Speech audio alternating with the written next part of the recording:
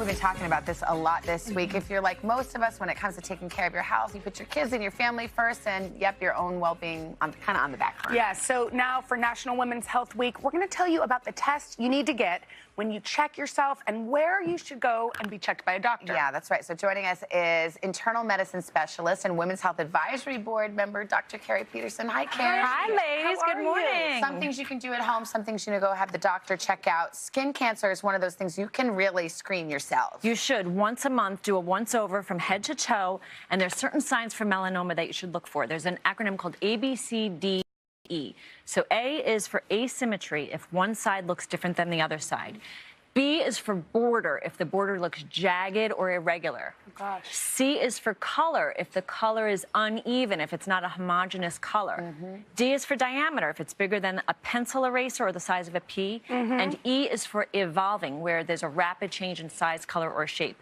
Other things to look for are if your mole starts to ooze or crust or bleed, or if you start to see a spot on your skin that's a pearly white or a shiny pink or a translucent bump. Wow. Those may be something like a basal cell or a squamous. I had to get those checked. And they're like a shiny, waxy bump, right? Yes, exactly. Okay, and then who's most at risk for skin cancer? Are all of us?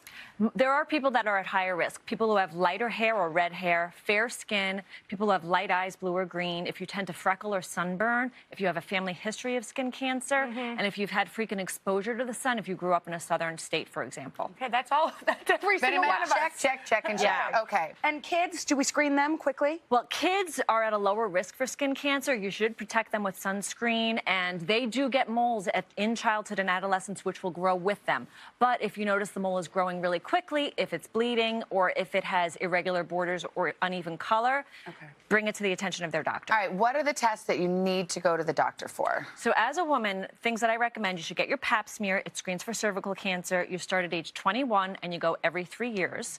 And after age 30, they'll do HPV plus the pap smear every 5 years.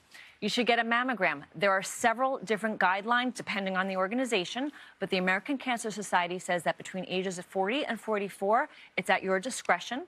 Between ages 45 and 54, you should get a mammogram annually. And after age 55, either annually or every other year. So that peak time, 45 to 55, every year. Every year. Why? Because it's more likely to happen then? Correct. It's a higher incidence.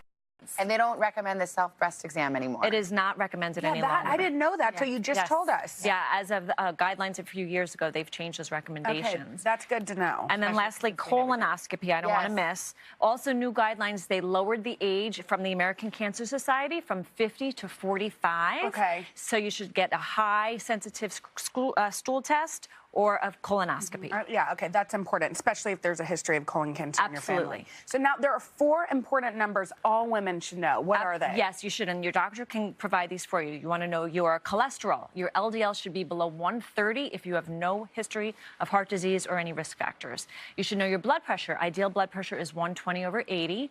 You should know your body mass index. It should be between 18.5 and 25. And you should know your blood sugar. It should be under 100 fasting. So make an appointment with your physician for a physical, and they can provide all these numbers for you. Let's be honest. Do you know any of those? I don't. The only one I know is my blood pressure.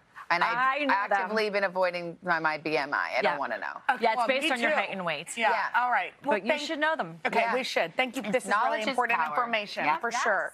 All right, for more on Women's Health Week, pick up the latest issue of Women's Health on newsstands now. And tomorrow we'll show you 3 health apps to download right now. All right.